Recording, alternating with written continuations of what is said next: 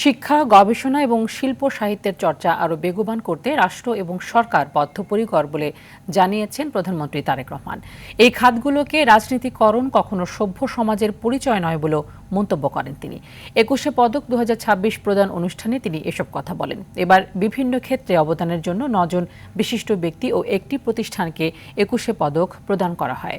আরও জানাচ্ছেন রুদ্র রফিক।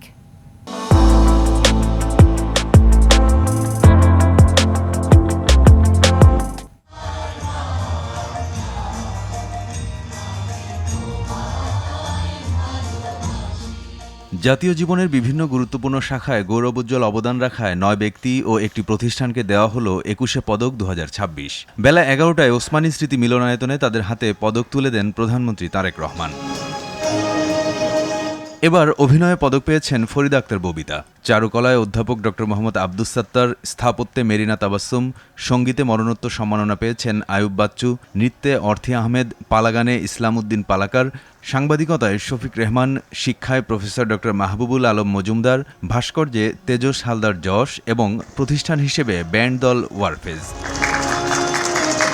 পরে প্রধানমন্ত্রী বলেন, বিএনপি সরকার চায় জ্ঞান বিজ্ঞান ও সাহিত্য চর্চা আরও বিকশিত হোক।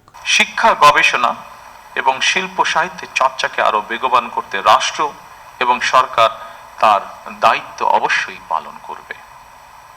আমি বিশ্বাস করি শিক্ষা, গবেষণা এবং শিল্প সাহিত্য চর্চাকে রাজনীতিকরণ করা কখনোই সভ্য সমাজের পরিচায়ক নয়। প্রধানমন্ত্রী আরও বলেন, একটি উদার গণতান্ত্রিক রাষ্ট্র ব্যবস্থা প্রতিষ্ঠা করতে চায় সরকার।